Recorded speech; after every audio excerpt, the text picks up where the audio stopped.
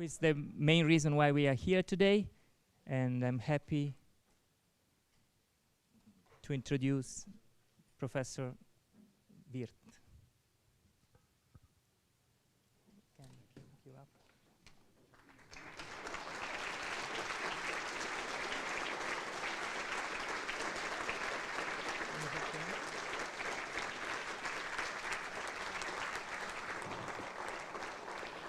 Well, ladies and gentlemen, let me first express my sincere thanks for the department organizing this grandiose event and for you all contributing by giving speeches or attending. I'm very pleased that this event went by so successfully. Thank you, everyone. I would like to tell you a little bit about what I have been doing in the last, say, 2 years. And in order to put you into the frame, I think I cannot avoid telling you a little bit what I have been occupied before. Yes. Now let's see this. Yeah, okay. It's also. As most of you will know, that I have in my 30-year career or 35-year career mostly been diligent in the areas of programming languages and later on computer design. Let me first talk about the subject of programming languages and, of course, software system. I never designed a language for its own sake, but because I had some tasks in my mind to design computer system for general use or in particular for teaching. I was in Stanford, and there I created the Algol W language. I happened to come to Berkeley in 1960 when Algol 60 had come out and really gave a very large impetus to this area of programming discipline and of programming languages. And I got myself busy in this area, not only designing languages, but in particular designing compilers, who had been very messy objects, and I thought it was a very worthwhile academic topic to bring some order into this chaos. Anyway, that resulted in cooperation with an international working group in what was later called Algol W in about 1966-65. It happened that I was myself not very happy with this more or less my effort, but with team influence. And in 1967-68 I returned to Switzerland and designed on my own Pascal, what later became known as Pascal. And my goal was to create a language, first of all for teaching decent programming, and secondly, also for myself, for being able to program in an adequate way software systems, compilers, and operating systems. That came out in 1970. Of course, the world moved on, and computers became faster and bigger, and therefore also the tasks that were put to the programmers, tasks became more complex, and it was in particular necessary to design a system where teams could work with. That means where systems were decomposed into what was then called modules, and modules were given specific interfaces, and so the team would start out on agreeing on a set of interfaces, and thereafter the various members could go more or less independently on implementing the respective modules.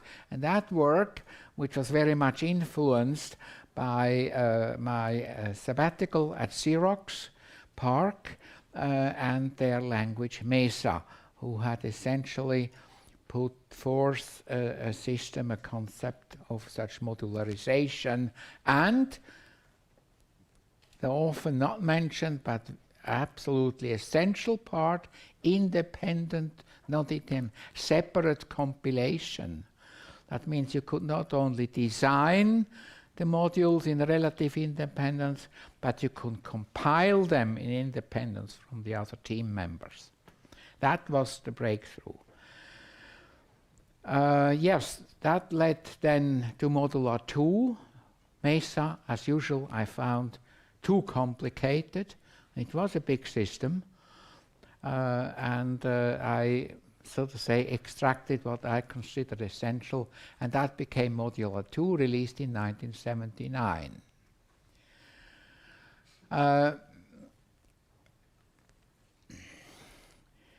Well, that was a time when new computers came to the world. I'll talk about that in the next slide. In particular, personal computers, which were based on interactive usage, and that required new sort of operating systems. The names that come to mind here are windows, menus, icons, and in the wake of this, we had to adapt Modular 2, and in particular, again, in my old theme, to simplify it, to throw out features were not really needed, features were duplications of other features. And that led to the language Oberon, which was published in 1988. That is by now 25 years ago. And I'll talk about that in my second part. The Oberon system finally came out in 1990, and it did not comprise only a language definition and a compiler, but the whole operating system, which was now adapted to these new requirements, which came up with personal interactive computers in contrast to the old archaic ways of using batch processing, either through Cortex or through slow terminal and thin lines. I don't know whether that works anyway. Oh. Yes, I guess that's it. So the second main activity which I had pursued, apart from languages and compilers, were computers. I was inspired to diversify my activities by a very successful sabbatical year at the Xerox research lab in Palo Alto. And there they had a new machine. Actually, I had heard about it, and that's why I was keen on going there, a personal computer. And that was definitely distinct from the other things that came up, like the Tandy and Apple I and various other little gadgets based on 8-bit microprocessors, which I considered as nothing much more than toys. And the Alto was reasonably powerful, actually for the time a very powerful computer with which you could do useful tasks, useful things. And it mainly embodied, well, let me briefly go through, that was around mid-75, and the characteristics, the innovative, really essential things, were its high-resolution memory-mapped display. Before that, and I'm sure not many even remember, the standard was the IBM standard of 25 lines of text, which was at most 80 characters long. And now suddenly came a screen where every pixel corresponded to 1 bit in main programmable memory. And that immediately opened the door to everything, to having not only text, but text in many different fonts, italics, underlining, graphics, even pictures. And that high-resolution memory map display concept was supported by the so-called mouse, a pointing device. I don't need to say anything about it, except that I still think the three-button model is the best.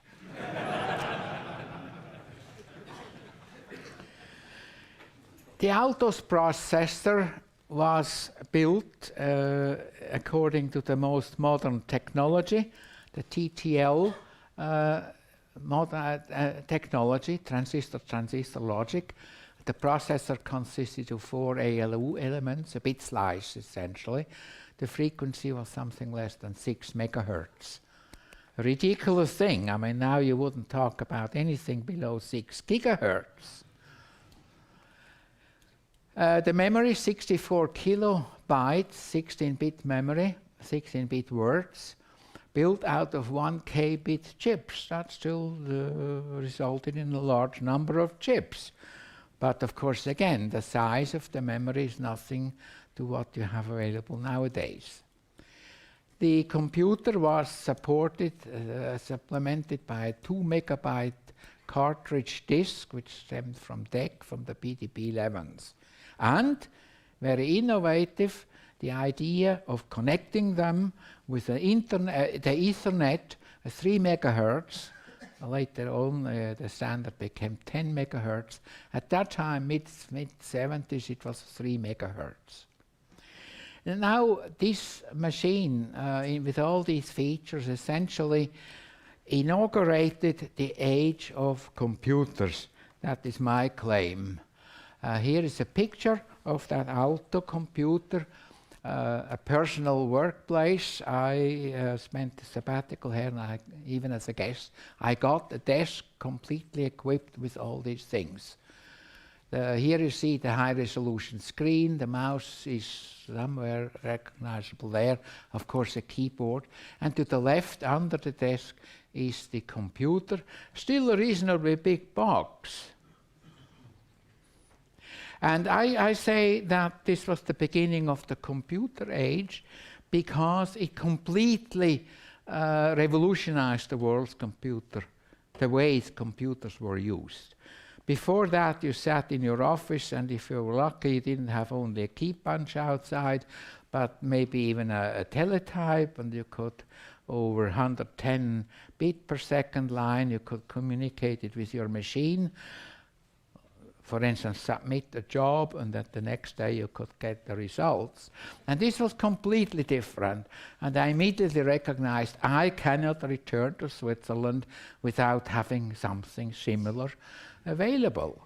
But Xerox was fairly stubborn. They wouldn't sell me any of these.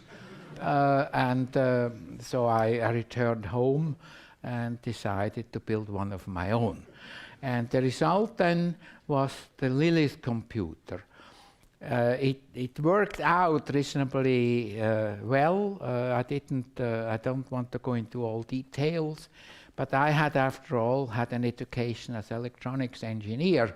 And so although in the meantime revolution had gone through that subject, I mean, I still worked, I studied on the hand of electronic tubes, and now they had integrated chips. Yes, that is so much about the Alto, and now about the Lilith. It was essentially a reworked version of the Alto with 5 years more modern technology. It also had a high-resolution display, even a bit more, I think a bit more elements, 3-button mouse, and the processor was consisting of 4 integrated AMD bit slice chips. Actually, an absolutely wonderful design. If you talk about good design, look at this chip. 64K bit, 16-bit word memory, that was like in the Alto. Instead of a 2, we had a 10 megabyte cartridge disk, a 3 megahertz Ethernet. We all adopted that from Xerox. And then a few years later, I got a central laser printer from Canon and the 500 megabyte central file server. Here is a picture of the Lilith, of one of the early versions, beautifully clad within mahogany cabinet. That was a wonderful idea of Richard Oran from Utah. He was having such wood, and he was glad to decorate this machine as supposed to be the executive version, of course. Yeah. But you still see we have an old type display there. In the middle is this cartridge disk, this 10 megabyte cartridge disk. And I think I have even a second picture of the Lilith, which is a slightly more modern version that came out in '82.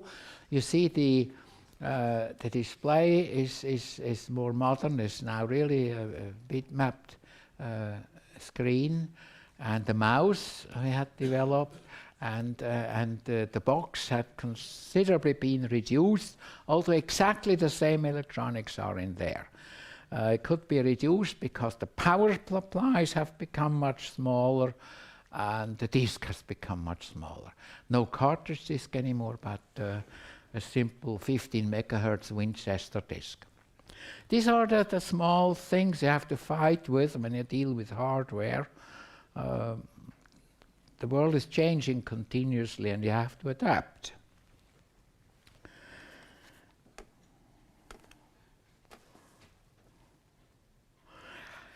Yes, we had started to put our activities, to share the activities between soft and hardware, and we couldn't leave our fingers anymore from hardware.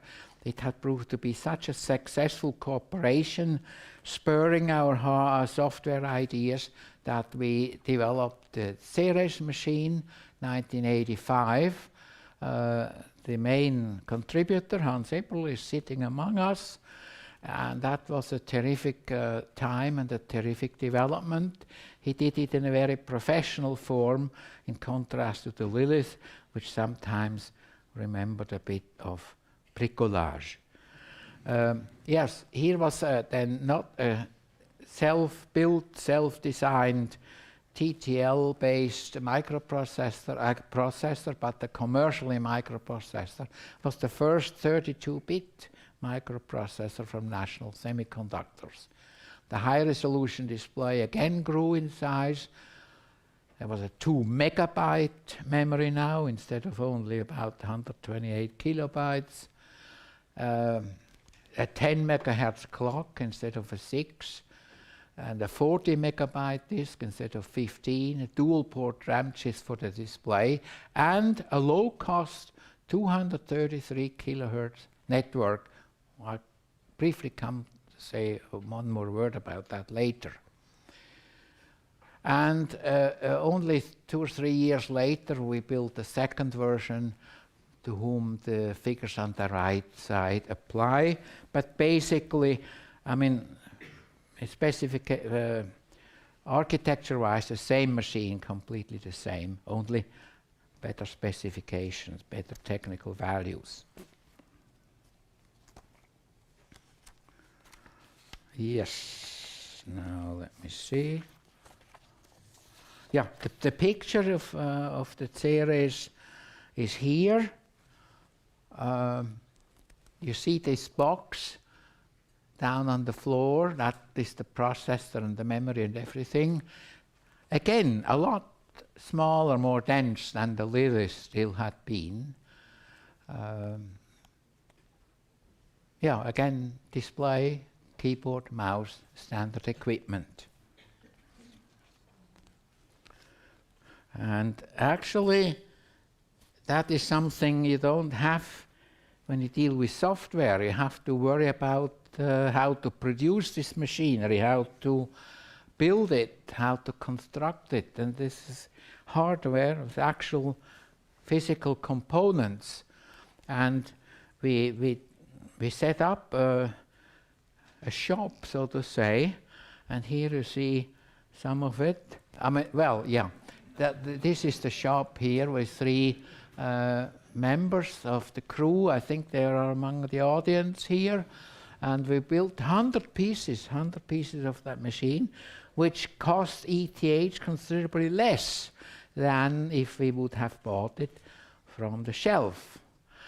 So you see, I also had economic considerations in my mind. I certainly didn't want that ETH would get broke. And this way it was saved. Yes, and the Series 3, just one word about that. Again, the same architecture, same processor, except a newer model. And that is, I think, one of the really first computer who managed to deal completely without any mechanically moving devices. And therefore, we could place 60, I think it was, same computers in one large room as a student laboratory, and they wouldn't bother each other because it was completely quiet, and this was then connected with that low-cost network and one Series 1 server. And this is the picture of it.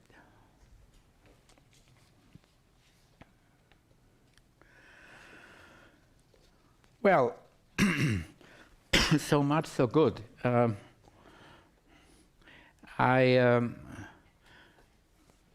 The last 30 years, 40 years, I had sometimes heard speeches by old dignitaries who had come back from retirement to give a talk at some occasion. And often they started just babbling and they couldn't end, you know, a 45-minute presentation. They went on and on and on for 2 hours, really taxing you. And I swore to myself, when you get old, you never do that.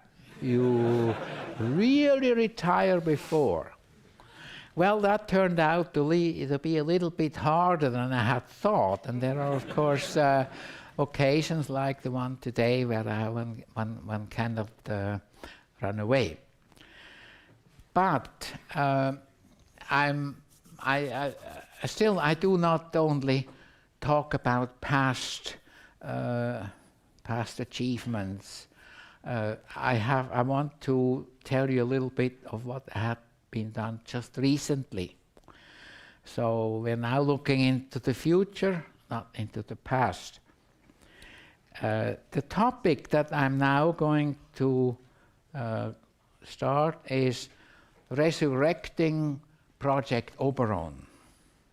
Project Oberon is the title of the book, which I wrote after we had designed the Oberon system, implemented it, and the Oberon compiler and that series computer. Well, it didn't say much about the series computer. Anyway, I think it was one of the few books in the literature that describes a complete development of a system down to the last details. And you know, in engineering education, it's important that one does not only describe the principles of development, but also describe certain systems which had been actually realized. And this is how engineering students can get experience. Theory alone, book reading, is not good enough. And in our field, informatics, there is not too much good literature in that sense, because this is only a helpful way if the presented systems are kind of exemplary, reduced to the essentials, where the student can concentrate without having to find his own way, but concentrate on what is important and is not bothered with a lot of ballast. So this book appeared in 1992, and so a few years ago it was suggested to me, mainly by Paul Reed, who sits right there in the row, that he had learned from this book very much and he appreciated it, and it's just too bad that is no longer available. And that I should think about redoing it, reprinting it, I think he said in the beginning. He was not the only one even. But then I had to think, yeah, but this book or this whole system was based on a processor, National Semiconductor, that is not available anymore, that is dead since 15 years. And I thought an honest piece of work would only be if I rewrite that chapter of the book, the processor, and the obvious solution was, of course, to design my own. Only then it is right, okay? Yeah. And the idea was actually supported by the fact that now we have chips available where we can program their own circuits, their own configuration, the field programmable gate arrays or FPGAs. And then I set out to learn about this, and through learning the gruesome path, through learning the Verilog language, and to implement things using this system. Anyway, I think I succeeded, and the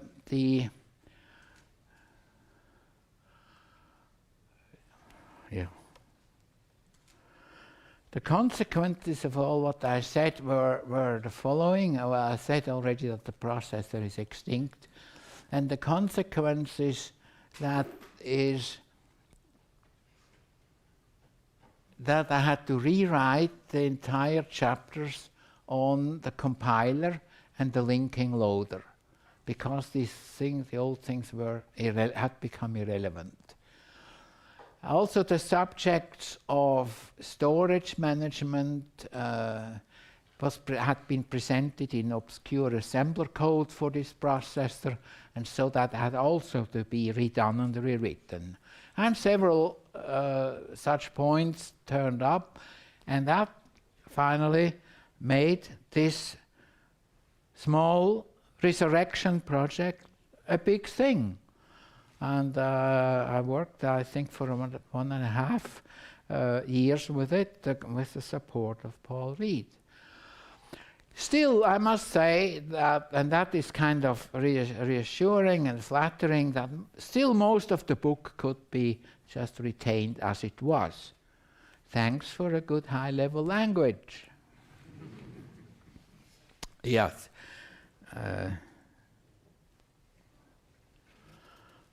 Haven't we seen this before? Well, I talked about these consequences. So, design my own processor, implement this processor with the FPGA. A low-cost development board was used, which is available on the market for about 100 or 150 francs now. So that opens the way for it to be used in schools and universities. The board, in addition, contains a 1 megabyte memory, just ideal for building a whole computer. And the disk we replaced by a new CD card with an SPI interface. So instead of a disk, we had this little chip. That's the only addition we have to make to this development board, Spartan. And now the whole hardware can be described, in addition to the software, of course, in Verilog. I had to rewrite the chapters on compiler and the linker, and rewrite the chapters on peripheral interfaces, but now everything is described in Oberon. No assembler secrets still linger around. Everything is now really complete down to the hardware level. The only thing you do not necessarily need to know is how a transistor functions.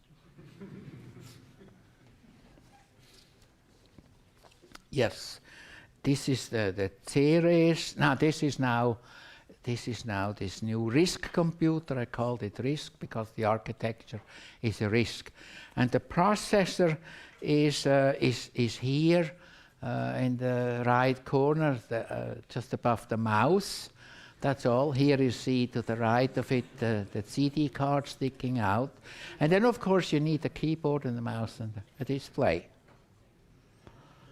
So you have a very cheap system, and you know everything about it. You don't have to run to your salesman and explain what happened, what had gone wrong.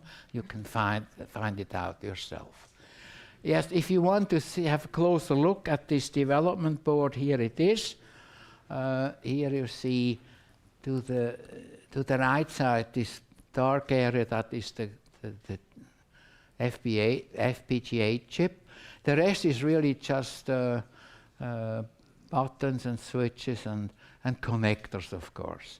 To the left you see the connector to the host computer if you need one, an RS-232 connection.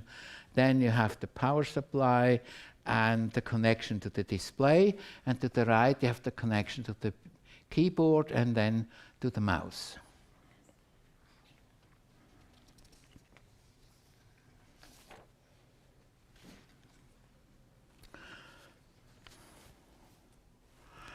I could now bore you with more details about the processor. I'll make it short. It is a RISC processor. To the left you see the computational unit, a register bank of 16 registers, and an ALU with the basic operations of addition, subtraction, and shifting. And well, yeah, that's already all. To the right is the control unit with the program memory, instruction register, program counter. That's the standard von Neumann machine. And in the next and last slide, you have here an instruction set. I said it's a RISC, reduced instruction set computer. You have 4 instructions for moving and shifting. Then you have 4 for logical operations, 4 integer arithmetic, and 4 for floating point arithmetic. This is, of course, a complete luxury, but I couldn't resist in learning how to implement in hardware floating point arithmetic. So it's there now.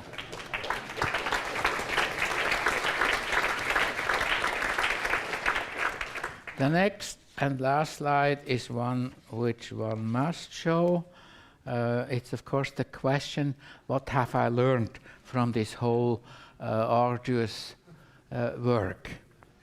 And I extend it. It's not just only what I have learned from this project, it's partly things that I knew beforehand, like writing a program is difficult, quite in contrast to how it is sometimes preached by salespeople.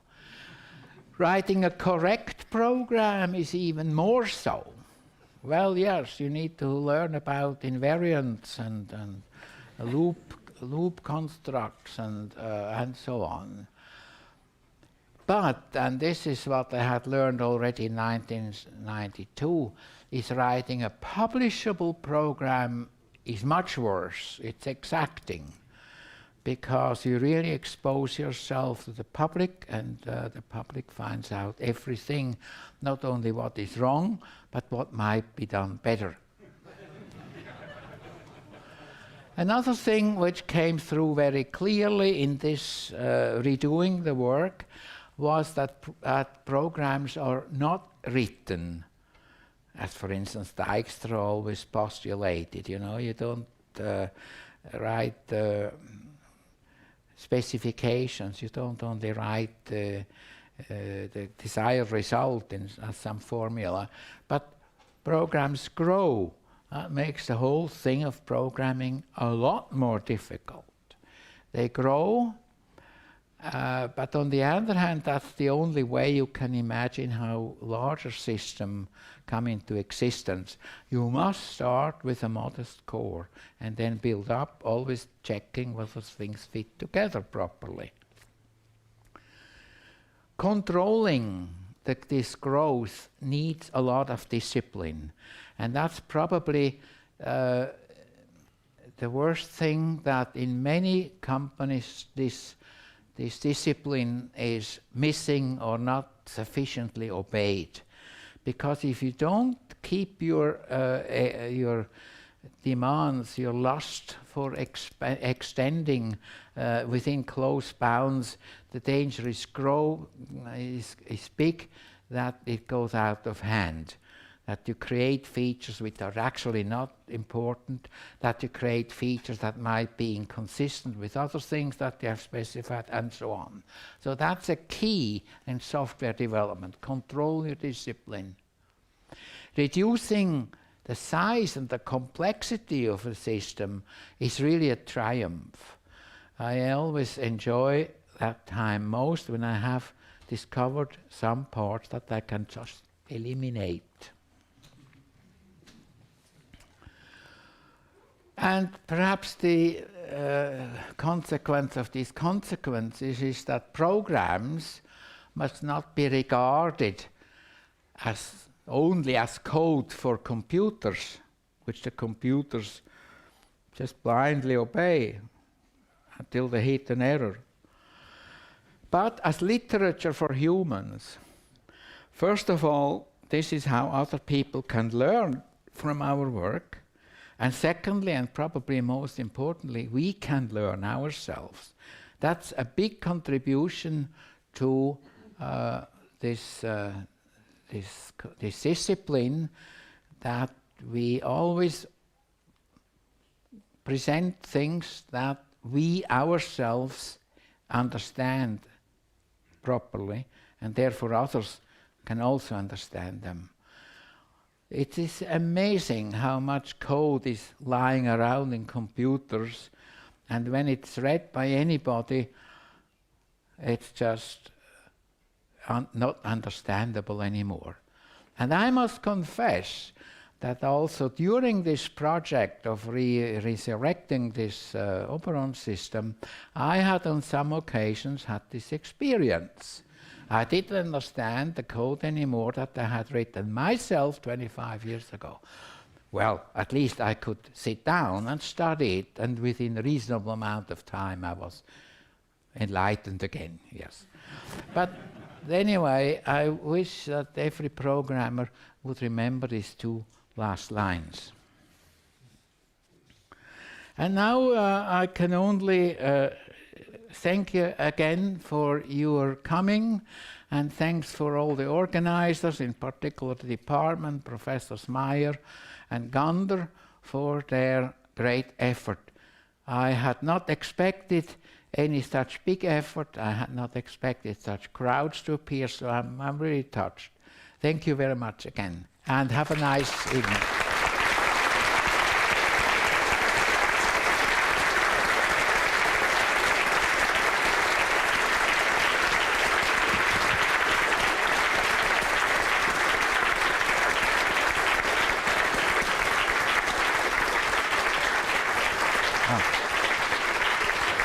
Would you like to take some questions? Is there are any? Yeah.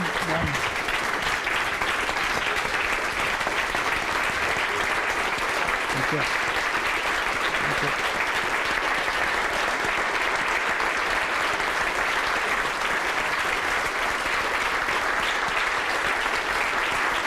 Maybe they don't expect questions and want to go to the aperitif. Oh, no, I don't know, but you can ask. If you want to take questions, No, it's just fine with me.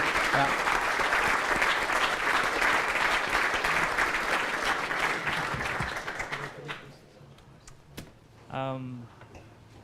So, question time. So, to avoid running around like chased rabbits, we would like to take questions starting from this left wing, maybe here. Okay? So we can serve better. So, are there any questions from this side? We can support. You have your chance. Then we go to the middle wing. Yes. Thank you. I have a question about your systems. You developed hardware, you developed operating systems, you developed programming languages and compilers. But actually I'm missing a database management system. Sorry. A database management system. No, no, no. I kept my fingers away from that. That was too difficult for me, and I left it to my colleague, Gusti Zehnder. Okay.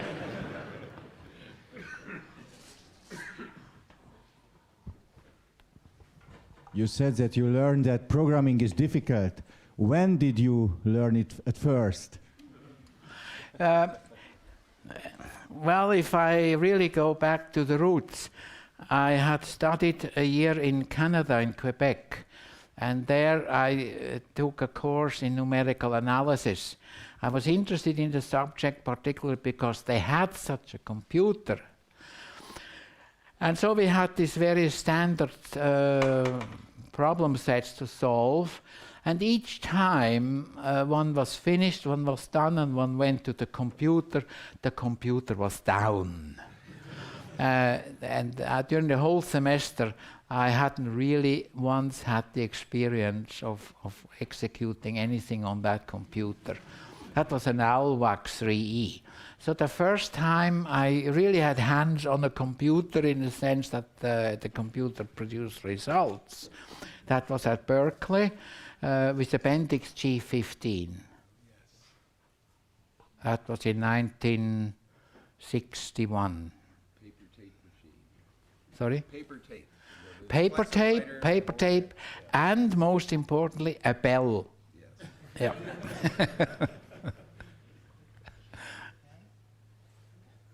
So we have another question there. There, up there. We actually count it as middle. We shift it a bit. That is the gallery. You explained learning Verilog as somewhat of a painful process. My question is, wouldn't it be useful to simplify hardware description languages as well? In the past you had a project of this called Lola. Would that also be a project that would be worthy of reviving? If I understand you correctly, you ask why I did not produce something like Verilog, right? That would with which you can describe hardware. Yes. And as a matter of fact, we did something like that. The language was called Lola. It was more or less an academic experiment, and we also could, through that, program some simple FPGAs. But simple by mean really simple, which were available in around 1990 already. And nowadays the FPGAs are so capable that you need a full-fledged language with all the necessary features. And there is one primary impediment of designing your own language for that, because the manufacturers do not release the format of the files, of the bit sequences that you need to load the configuration memories. So you have no chance to do that. Of course, you could translate your language into, for instance, Verilog, but that didn't seem very important anymore, and I certainly didn't want to do that myself. Any more questions from the middle?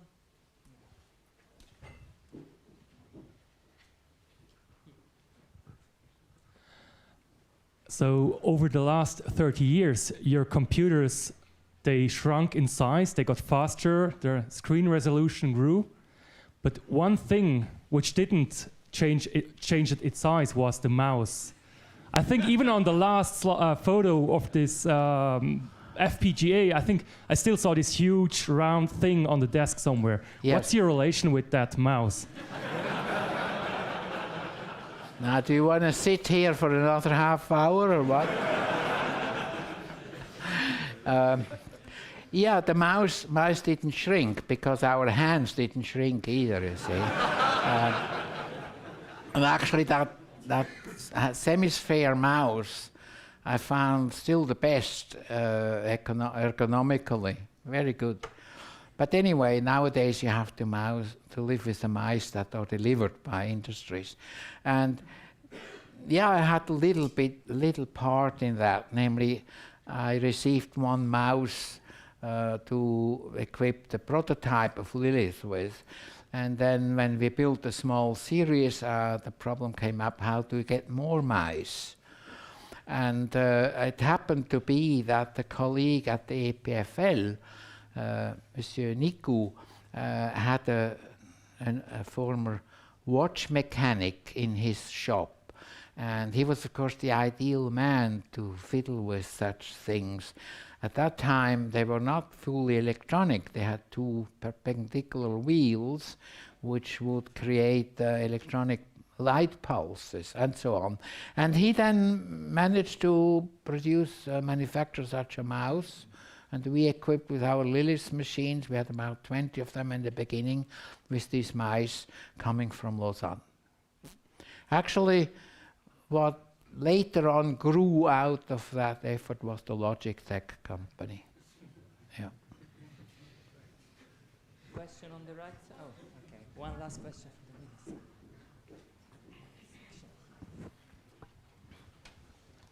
So, did you ever had plans to commercialize one of your personal computer architectures?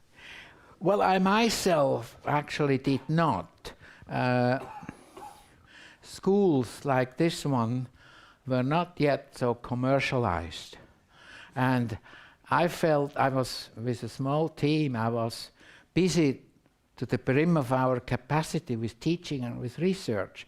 I couldn't spend any time anymore building up a company or running for money.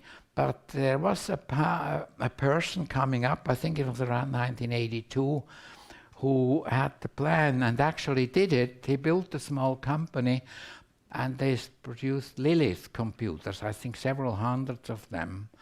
But the plans failed, and I don't want to go into the reasons why. It was just too big-headed. But yes, the attempt was made. We have Yes? one last question from the middle section, very active today. Thank you. I have two questions, but short. You know, I deliver lectures about software history and computer history. And my question is, who was the first who introduced the notion P-code? Usually I say that it was Wirth who introduced this notion. P-code connected with Pascal implementation, portable Pascal implementation. Is it true, or you can say some predecessors? It was the first question. Well, Pascal, the language. No, P-code as a tool for portable Pascal implementation. P-code, virtual machine. The P-code, yeah. Right. Yeah.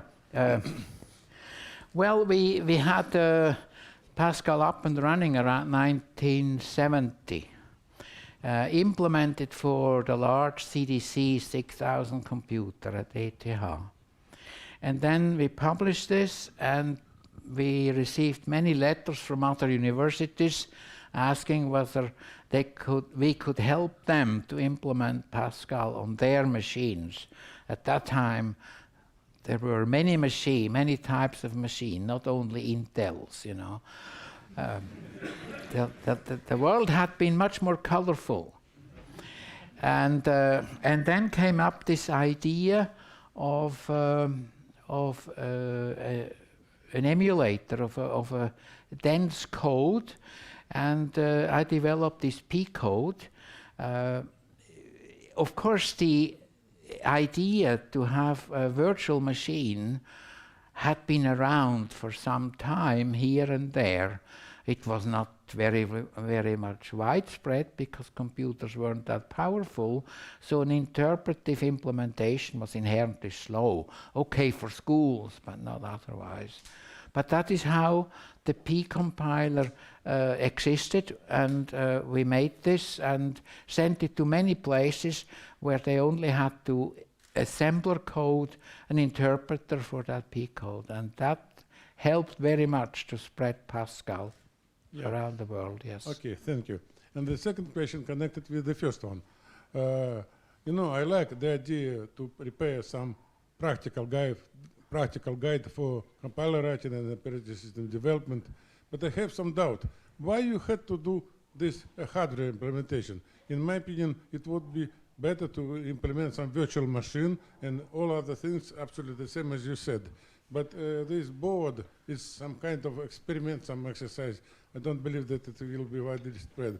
Nowadays, at every school, there is some personal computer, and today our personal computers are good enough, and if you have some virtual machine with your RISC code, it will be absolutely enough. Why you had to introduce some hardware edition? I really don't understand. Okay, before I answer this, I can say that the solution with an emulator is also being pursued and realized, and I believe it already exists. You must talk to Paul Reed sitting over there. He's almost done with it. No, the FPGA implementation, I thought it was very interesting because it shows the connection between hard and software and how you can make that transition smooth. The interfaces are all explained. And secondly, there is this Spartan development board, which is really very cheap. And therefore, you can have a machine that is completely independent with anything that you bought from industry. No side doors and no back doors. Nobody can plant bugs into you, and you have everything under your control. And I think that is going to be a growing concern in the world.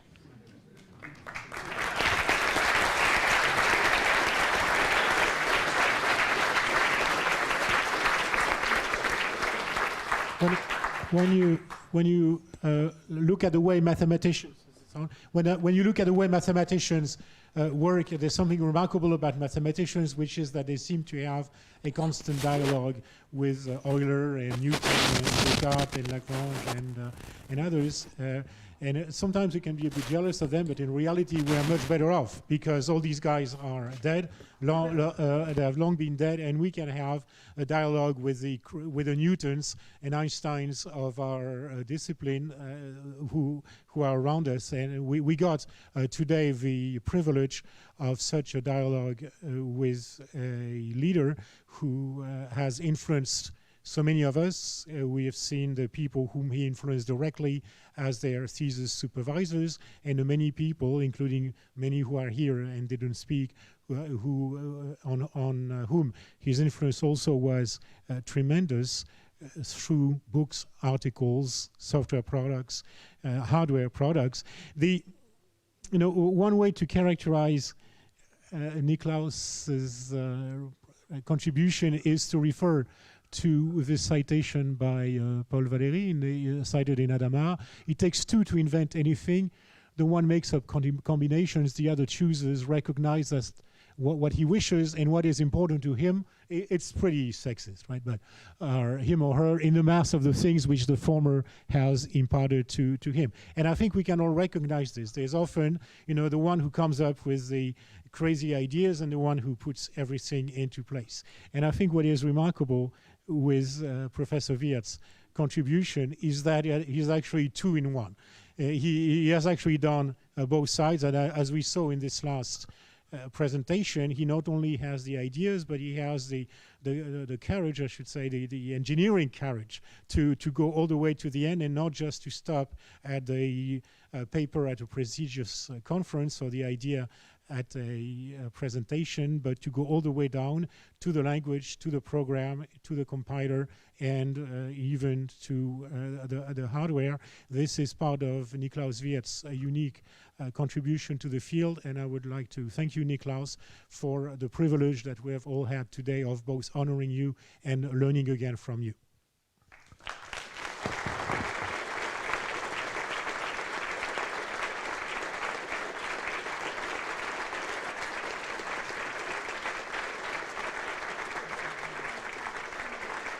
Thank you for the whole thing.